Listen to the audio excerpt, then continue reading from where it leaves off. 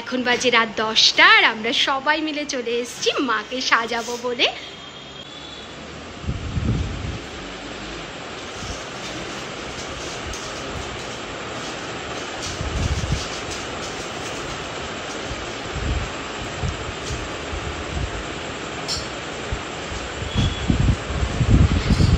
আমাদের মা এমনিতেই রূপসী, আর গয়না পরে মা আরো সুন্দর সেজে উঠছে।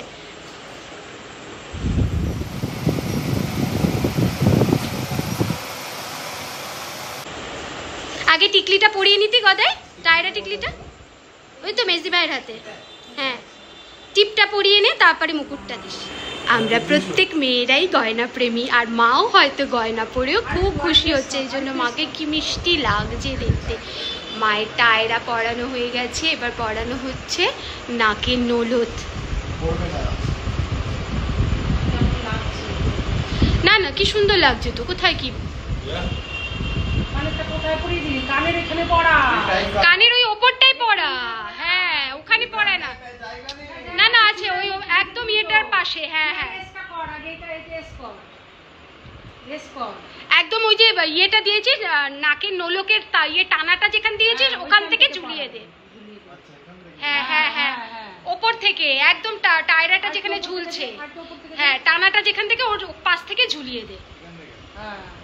সমান সমান জানো দাদা, ওইটার উপরে দিস না, চুলের মধ্যে দিস। না না, চুলেই আছে পুরোটা, ওটার উপরে একদমই বেশি পুরো চুলের মধ্যে। হ্যাঁ হ্যাঁ হ্যাঁ, এবার এটা ওটা বেশি হয়েছে। হ্যাঁ একদম, এই তো। হ্যাঁ এবার সুন্দর হয়েছে। এবার টিপটা পরিয়ে দে। টিপের জন্য তো একটা গাম লাগবে।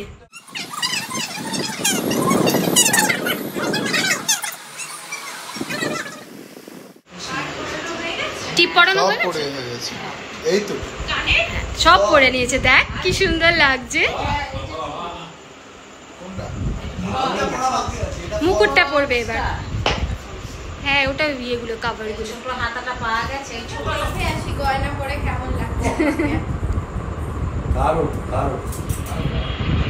ওটাই আমি বলছি তো। আরে পেছনে